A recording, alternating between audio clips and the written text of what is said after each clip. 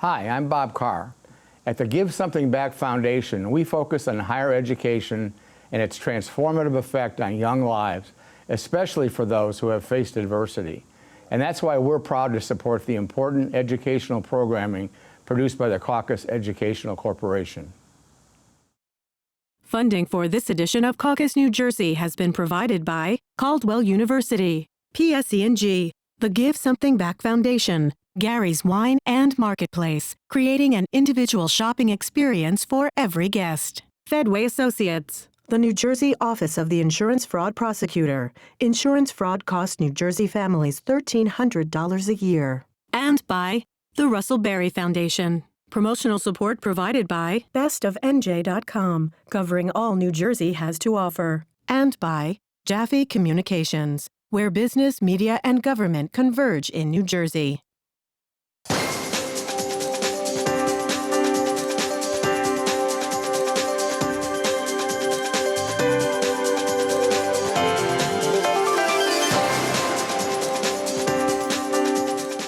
Steve Adubato here, another important program on oral health. We are joined by Dr. Cavan Brunsden. Yes. Who is a pediatric dentist, and he just told me before you get on the air, this can't be true. You've been at this for 51 years? 51 years since I began the profession of dentistry in 1975. Now, you just said that about 10 years ago, you thought maybe you might change plans, and then what happened?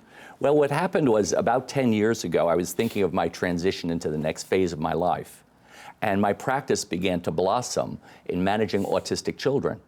And as I cared for them and had to develop systems to properly manage them, I became more and more enthused about what I was doing and the importance of it.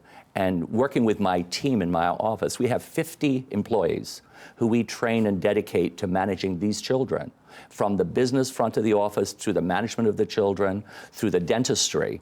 And we've developed such phenomenal systems that I feel really empowered to help these other dentists develop themselves into being the future. So it's a very exciting part of what I'm doing. Sorry for interrupting, Doctor. You talk about children with autism. What unique issues do they face when it comes to their oral health? Well, probably the single most significant issue is that autistic children are patternistic, repetitive behaving people. They don't take to new experiences very well, especially later on in their years. If I see an autistic child at age 1, 2, or 3, they're very easy to manage, develop, and train into the systems of going to the dentist, for example. However, if I see that same child at 7, 8, or 9, very difficult to come in and change their ways in their lives. Because leading of patterns? to, pardon? Because of their patterns already? Yeah, they're very patternistic. They don't transition well. They don't take to new things easily. It takes many, many, many months to change an autistic child's acceptance of a situation. I have a child in my office. The mother tells me that in the summer it takes her 3 months to transition him from long pants to short pants. What a project for a mother to have to deal with. Can you imagine having to deal with brushing his teeth, taking care of his oral health, taking care of all of the other needs, feeding him the right foods, things of that nature? It's a full-time job for a talented person, and most moms are not. So let's talk about this. For children who do not have autism, but are still challenged when it comes to oral health, give some advice to the rest of us, parents, who are trying to deal with and figure out the oral health of our children. When should a child first see a dentist? Yeah. The issue of challenging children is, I think all children are born to challenge their parents on every issue. It's their job. Yeah, and I think it's parents' job to convert them over to being disciples. Explain Disciples are converted by teaching them discipline. Discipline is taught by doing, not discussing. I believe that parents should take control of the issues and make them happen. In a young child, it's not about conversing about what's right, what's wrong, what are the risks, what are the benefits. It's about getting things done. Explain it. Example. Well, if you have a 1-year-old who has 6 or 8 teeth in their mouth that need to get them brushed, well, you need to brush them every day. And a 1-year-old may not permit you to do that. And you might sit there and sing a song, you might read them a book, you may play with some poets. Well, when all the books and the puppets are on the floor and you're angry and annoyed, your baby is still challenging you, your baby has won. Well, what you should do is take the child, put them between your legs, put your legs over them like this, hold their head up like this, pick up the brush, and scrub their teeth for 10 seconds and let them go. No talk, no conversation. You've sent a message, you've controlled the situation, your child has learned. Stop talking about it? Yeah, stop talking. How about just when they're get to 6? it. Our daughter, as we do this, happens to be 6, and we talk about it a lot. Right. Stop talking about it. Yeah. Put a calendar up. 30 days, you get whatever you want. But you have to prove to me every day with a photograph on my phone sent to me that I just brushed my teeth, and you'll get whatever you want. Do that for 10 days. Do it for 20 days. Whatever you decide works. But show the child that there is a benefit to what you're asking them to do. But also show the child that you trust them to be responsible. Because that's what it is, responsibility. Connect what you're just describing between brushing your teeth, and we'll talk about flossing in a second. By the way, when is flossing appropriate for a child? Well, we recommend flossing as soon as teeth touch. Really? Yeah. Now, many babies, their teeth don't touch until they're 4 or 5 years of age. Okay. But it's really important to begin showing flossing around 3. The reason is it becomes a patternistic behavior because all children are patternistic. All children are repetitious if you bring these concepts in early on.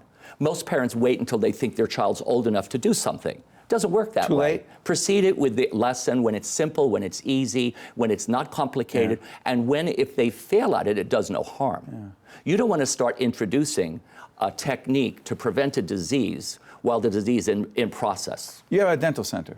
Yes. At Rutgers? We have one center at Rutgers, and then I have my own private center called Kids Dent. You created that in '85? Kids Dent started in '85 in Old Bridge, New Jersey, and it's a center dedicated to infants, children, adolescents, and special needs children. And your wife is also connected to oral health? Yes, my wife, Nancy Villa, is the director of our orthodontic department, and she does orthodontics for children and adults, and she's also my consultant for orthodontics for autistic children, because we actually take children into our office who have severe dental problems, and we sedate them, and we put braces on their teeth, and we correct their dental problems. Where did your passion come from? Where does your passion come from for this work, for these children? Well, I've always been very passionate about working with kids. Before dentistry, I was a 6th grade school teacher in Paterson, New Jersey, Carroll and Hamilton Street, school number 6.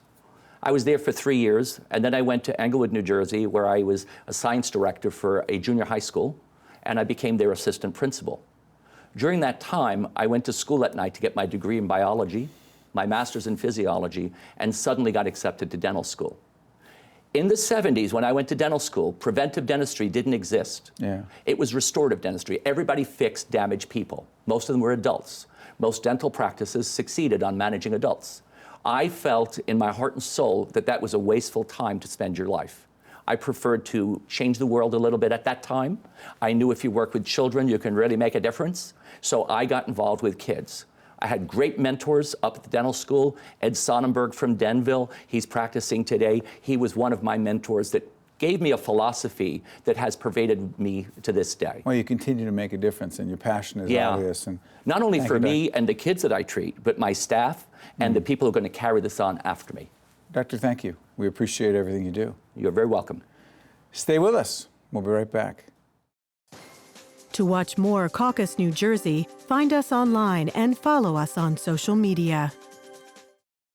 Ryan Haygood, President and CEO of New Jersey Institute for Social Justice. My friend, let me ask you, we are here to have an important conversation.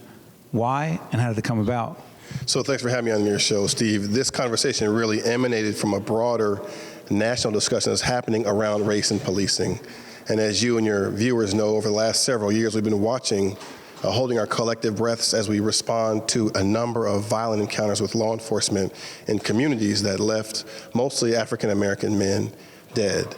And then we saw, following those tragedies, police officers whose lives were also claimed in Dallas and in Baton Rouge. And there were people here in New Jersey who were wondering, what does that mean for us here? And more importantly, how can we treat what we've seen happen nationally as a cautionary tale about how we should be building relationships between law enforcement and community leaders here in New Jersey. And so actually I started talking to Mayor Baraka shortly after the most recent shooting about how we could together put something together for the broader community around race and policing. But Steve, that looks at this from an opportunity perspective. How's this an opportunity? We've had a number of things happen recently in Newark and New Jersey more broadly, which I think position us to lead the country on issues of police reform. So there was a devastating opinion or report by the Department of Justice, as you well know, that show that 75% of all police stops by the Newark Police Department were found to be unconstitutional. And that's devastating, and that's a real challenge for us. But out of that, a number of things happened. One was that the city entered into a consent decree with the Department of Justice to bring about widespread police reform in the city. So there's a federal monitor, Peter Harvey, who will help to oversee these police reforms. Who's a part of tonight's discussion? He's a panelist tonight. The second piece, in addition to the consent decree and the federal monitors, the city recently passed a citizen complaint review board to empower citizens to look over police misconduct and to evaluate that police misconduct. And the third is that within the last year, past Attorney General John Hoffman issued a body-worn camera directive requiring all state troopers this year to wear body cameras by the end of this year. And that directive is influencing how cities are requiring police to wear those devices as well. But there's a broader moment, I think. So there are these reforms happening, those three in particular. But I think there's a broader opportunity here for us, and that one that people in the city of Newark have really been thinking about for the last 49 years, going back to the Newark Rebellion. 1967. 1967. July 12th was the 49th anniversary. And that is, Steve, how to reimagine how we do policing in urban communities, impacting people of color in particular. We often think of police officers as armed patrolmen, and they are. But what about if we reimagine police officers as community organizers who built trust in communities, who maybe even live in those communities, who are invested in the community in a way that they help to build, yes, public safety, but build trust to stand beside community members and empower the community together. And that's, I think, a moment we have because of what we've seen happen across the country, because of those three recent developments here in Newark and in New Jersey more broadly, and because I think we have an opportunity to reimagine policing from a fresh perspective. You know what's so interesting about this is that as we listen to Ryan, and his organization has again taken the lead in this, and the Newark 350 organizations involved as well. But what's interesting is that the law enforcement community is actively involved in this discussion tonight. You'll be seeing some footage of several hundred people here at the Victoria Theater at NJPAC in the audience. But one of the participants is also the head of public safety here in the city of Newark, Anthony Ambrose, who is a former chief of the police department here in the city of Newark. Why is his participation, why is the participation, the active participation of the Newark Police Department and those who are in other police departments across this state and nation so critical? Yeah, so I think that's another opportunity moment for us. You know, the conversation nationally has been really polarizing, right? So you're either pro-Black Lives Matter. Who are you for? Is it Black or Blue Lives Matter? Instead of, what should be the question? Right, and the question, the answer to that question is it's both. You can have enough space in your heart to support Black Lives Matter, and you can also advance an agenda in which police officers are empowered to work with communities to do their job. So you can't have this conversation fairly without having someone like Director Ambrose be central to it, without having the mayor who's overseeing this transformation in his police department be a part of it, and having Peter Harvey, who is the federal monitor, to participate in this, but also someone— And a representative from Black Lives Matter. And to your point, someone from Black Lives Matter. Zeli Amani, who is a lead organizer of Black Lives Matter in New Jersey, offers a perspective that you have to have when you're having these conversations. So part of what we want to do tonight, and we've had 600 RSVPs by last night's count, right? So there is obvious interest in the broader community around this conversation, but it has to be a conversation on both sides where there's been polarization to find out how we strike a safe middle space that empowers communities and helps police officers do the job that they signed up to do. To Ryan's point, it's so interesting. At the Caucus Educational Corporation, in cooperation with our partners in public television, particularly NJTV, WNET, we're embarking, and this is part of what we're doing, embarking on trying to have this conversation as well. And in all candor, Ryan, we struggle with the question of how can we do this? Because we've seen some networks try to do this, and it's turned into a screaming match, pointing the fingers at each other, blaming. How do we do this without any of that which has absolutely no value or productivity? Well, I have to say, I don't know that some of that won't happen tonight, candidly, with an open forum such as the one we have and with so many participants. You know, folks come to these kinds of conversations having been impacted in various ways. So a lot of emotion. It's quite possible that we'll have someone who has lost a relative, a loved one, at the hands of a violent encounter with law enforcement. And candidly, what I think we are in this moment sort of requiring of police officers and law enforcement more broadly is some recognition that something is wrong. And we've seen this manifest itself in a number of ways over the last several years. But I'm 40 years old, and I was thinking about preparing for tonight's event, and I was reminded of Rodney King and how in that moment, that was one of the rare moments in the 1990s that was recorded. Los Angeles, 1992? And Americans approach that very differently based on their race. So African-American folks recognized how foul what was happening to him was. But a mostly white jury looked at that same footage and determined that what the officers did there was justified. And that, I think, that default, sort of the way we see the world impacts how we view what's right in policing. So some of the underlying racial considerations and frankly racial discrimination has to be accounted for when we have conversations like these. But finally, one more point. The law enforcement professionals here, some of whom feel that they are being targeted, that they are under siege, they have the potential to express their concerns as well, correct? I think that's right, but I think what I have found in my own experience is that by and large, I live in Newark in the South Ward, community members want to work with police officers. They want to have a relationship that's built on trust, mutual respect, and the recognition of their dignity. And so I think that these spaces are important, both because they help us to have hard conversations and that are candid, but they also allow us to begin to build those bridges that Feel safe. Absolutely safe.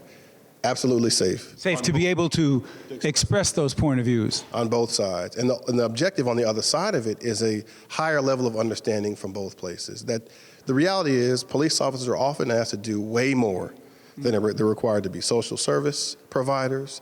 They're required to be counselors, they're required to be psychologists, and some of that I think is beyond that which police officers have to do. And part of this, we talked about this before the show, we have produced this 10 things that... Yeah, tell folks, before I let Ryan go, because he has a lot to organize, there are 10 things that the Institute has proposed that would really improve things as it relates to police minority relations. Tell folks the website, tell where they can find out. These are very tangible. This is criminal justice reform. This has to do with demilitarizing, if you will, the police out there. It has to do with a whole range of things. Sure. So, one of the practical things is to look at the kinds of crimes, the kind of behavior that's considered a crime, and whether that should actually be a crime, like loitering, for example, or trespassing, if there's not actual trespass happening.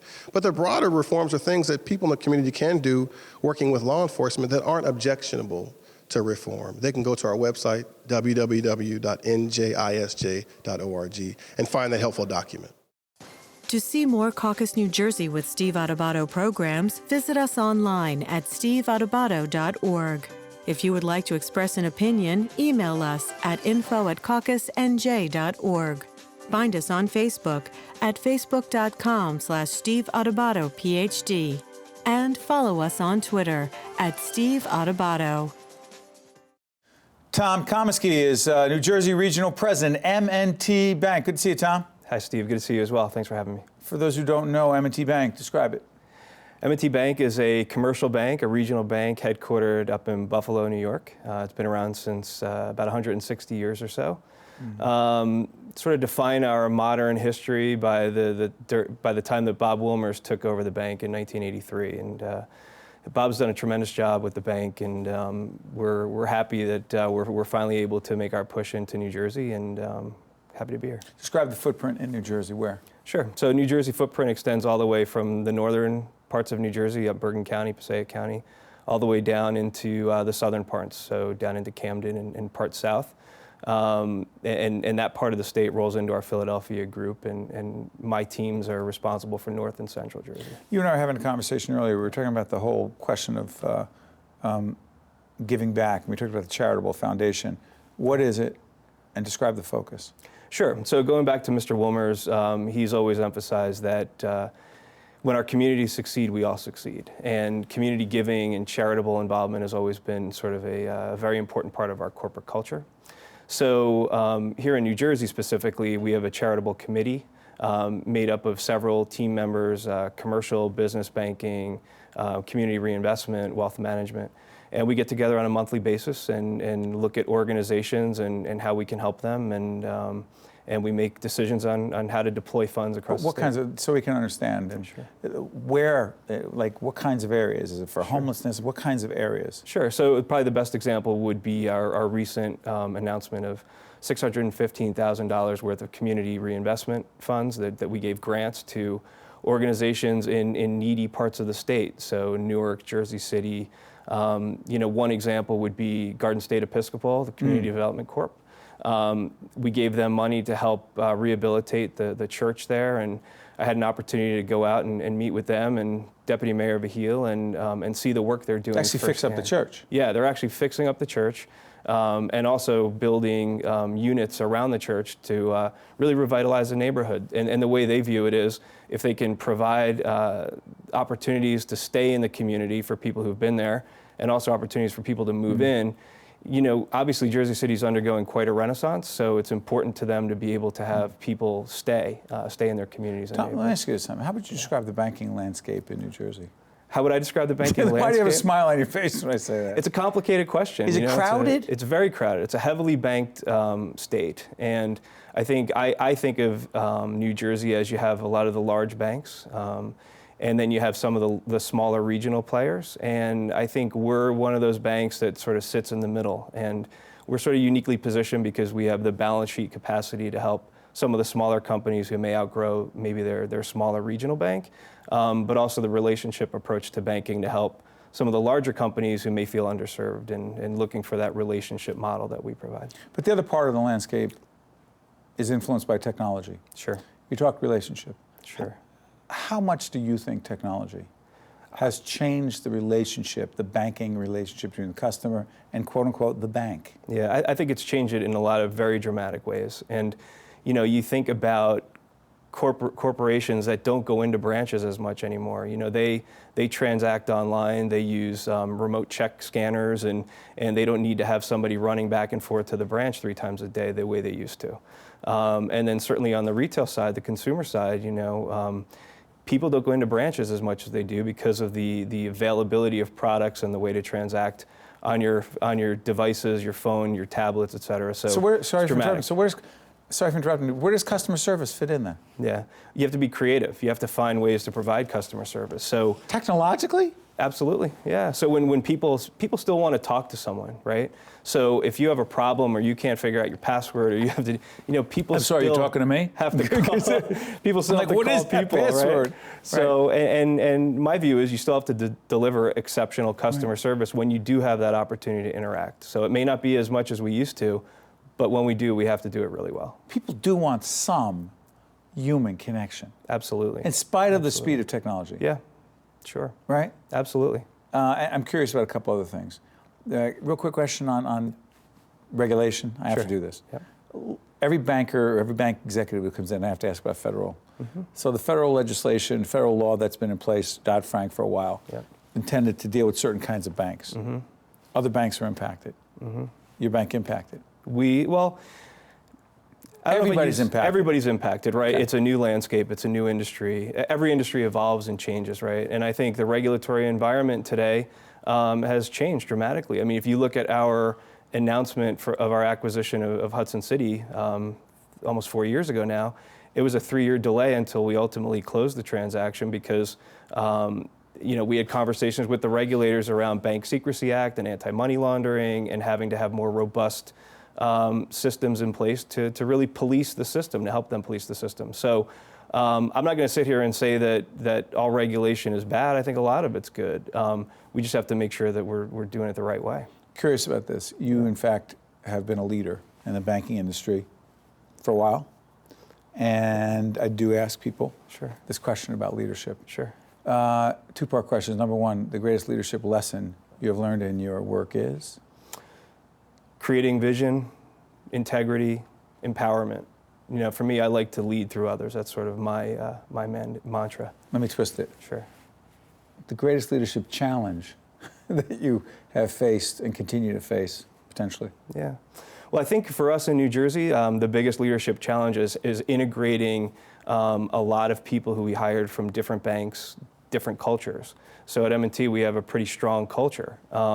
So I think when I think of the biggest challenge that I've had to date, I think it's been how do we integrate all these people who came from different cultures, different banks, different organizations into one culture that's part M&T, but part other backgrounds that they come from, and take the best of that and kind of form one culture. So bringing them all together. So diversity is great. Yes. As long as you can get them all rowing in the same direction. That's right. That's right. Tom Comiskey, Yes. who is the New Jersey Regional President at M&T Bank. I want to thank you for joining us from Buffalo into New Jersey now. Thanks so much. Thanks, Appreciate The it. preceding program has been a production of the Caucus Educational Corporation, celebrating over 25 years of broadcast excellence, and 13 for WNET, NJTV, and WHYY. Funding for this edition of Caucus New Jersey has been provided by Caldwell University, PSE&G, the Give Something Back Foundation, Gary's Wine and Marketplace, Fedway Associates, the New Jersey Office of the Insurance Fraud Prosecutor, and by the Russell Berry Foundation. Transportation provided by Airbrook Limousine, serving the metropolitan New York, New Jersey area. Caucus New Jersey has been produced in partnership with TriStar Studios. Hi, I'm Carlos Laniax. The Give Something Back Foundation believes that mentorship is critical in helping young people reach their full potential. We pair at-risk ninth graders who face major financial barriers with trained adult mentors who support them through high school and remind them that they really do matter. Mentor students are 55% more likely to enroll in college, and 90% are interested in becoming mentors themselves. And the impact of these relationships remain with the students and the mentors for a lifetime. Mentoring really does matter.